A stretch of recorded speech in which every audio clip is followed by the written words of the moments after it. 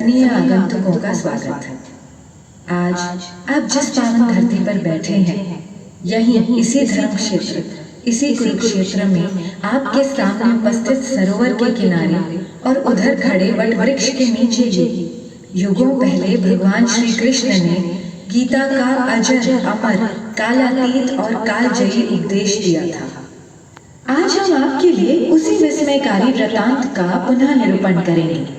चलचित्र, प्रकाश, ध्वनि, छाया चित्रों और जलप्रपातों के मिश्र माध्यम से महाभारत के भीष्म पर्व में उल्लिखित श्री कृष्ण और अर्जुन के इस संवाद में भक्ति, योग, ज्ञान, मोक्ष और कर्म के सिद्धांतों को इस तरह से बताया समझाया गया है कि इसमें भारतीय दर्शन के विचार, संस्कार, व्यवहार के सारे पक्ष समा जाते हैं।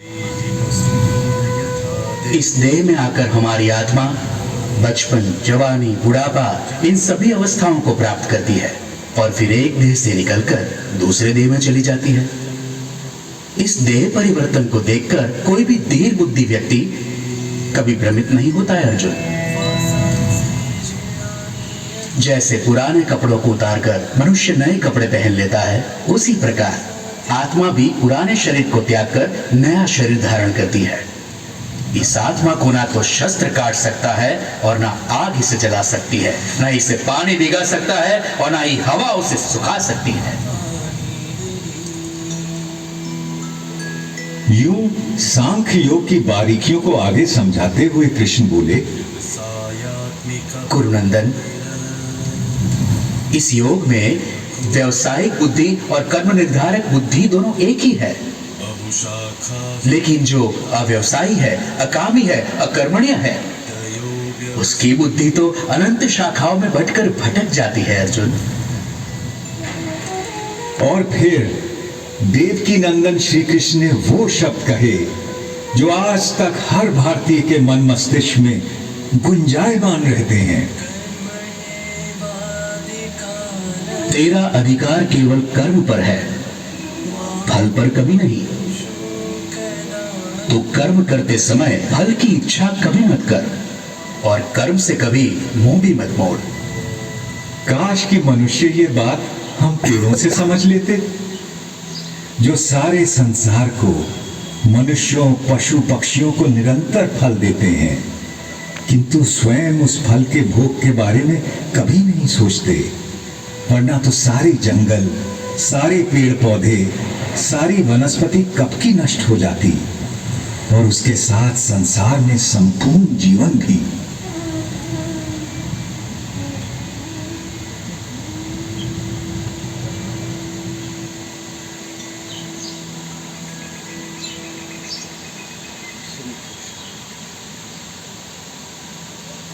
आपकी बातें मिली जुली सी हैं जनार्दन, और आप मुझे भ्रमित कर रहे हैं। कृपया निश्चित करके कोई भी एक बात कहे जिससे कि मेरा कल्याण हो देवकी नंदन। और आपका जन्म तो कई युगों के बाद हुआ था, सतयुग, त्रेता युग। फिर आप सब कैसे जानते हैं कि आरंभ में यह सब कहा गया था? भरतवंशी अर्जुन, जब जब धर्म का ह्रास होता है और अधर्म बढ़ता है, तब तब मैं अपने आप को स्वयं सर्जित करता हूं।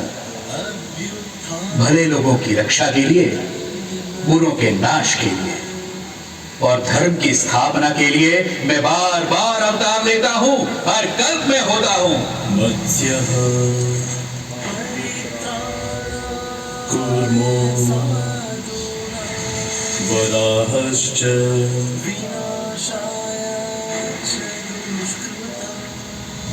नृसिंहोऽवतः वामनः रामो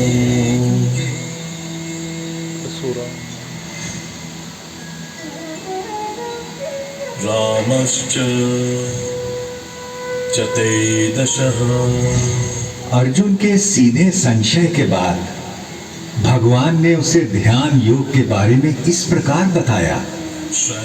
श्रद्धावान, खोजी और इंद्रियों को जीत चुके व्यक्ति को ही ज्ञान प्राप्त होता है। और ज्ञान प्राप्त होने के बाद उसे शीघ्र ही परम शांति मिल जाती है। हे कृष्ण, आपने कर्मों से संन्यास की और फिर कर्मों के योग की भी प्रशंसा की। इनमें से सचमुच कौन सा हितकारी है? कृपया निश्चित करके मुझे समझाइए। अर्जुन, अपना उद्धार अपने आप ही किया जा सकता है। स्वयं को कभी गिराना नहीं चाहिए। हम अपने मित्र भी स्वयं ही हैं और स्वयं ही अपने सबसे बड़े शत्रु भी। जो बहुत खाता है ना तो योग उसे मिलता है और ना ही उसे जो बिल्कुल नहीं खाता। ना ही बहुत सोने वाले को मिलता है और ना ही बहुत जागने वाले को। जो यथा योग्य खाता है, जो यथा योग्य पैदल चलकर विहार करने आता है, कर्म में यथा योग्य प्रयास करता है, जितना सोना चाहिए उतना सोता है, जितना जागना चाहिए उतना जागता है। ऐसे योगी का योग ही दुखों का नाश करता है। यही तो विलक्षणता थी श्री भगवान के उद्गारों की, जिसमें जीवन के प्रत्येक पहलू की बात समाहित थी। परंतु अर्जुन ने फिर एक प्रश्न किया। कृष्ण, मन चंचल तो होता ही है, वो शक्तिशाली और कठोर हताताई भी है। उसे बस में रखना तो हवा को रोक कर रखने जैसा कठिन लगता है मुझे। निसंदेह महाबाहु, निसंदेह मन बहुत चंचल है और उसे बस में करना बहुत कठिन। किंतु कौन्ते, अभ्यास और वैराग्य से इस चंचल मन को भी वश में किया जा सकता है। इस तरह श्री कृष्ण ने अर्जुन को आश्वस्त किया। वो मूर्ख लोग मेरा तिरस्कार करते हैं, मेरा महत्व घटाते हैं, जो ये समझते हैं कि ये समस्त भूत प्राणियों का महेश्वर और अजन्मा मैं इन सभी कार्यों को करने के लिए इस मानव देह पर आश्रित हूं। वो मेरे परम भाव, मेरे परमात्मा तत्व को न जानते हैं न पहचानते हैं। किंतु मैं पत्र, पुष्प, फल, जल, जो कोई भी मुझे भक्ति भाव से अर्पित करता है, मैं ऐसे भक्त का हर उपहार बिना किसी भेदभाव के स्वीकार करता हूं। ये सब जो आपने मुझे बताया है केशव, उसे मैं 100% सच मानता हूं।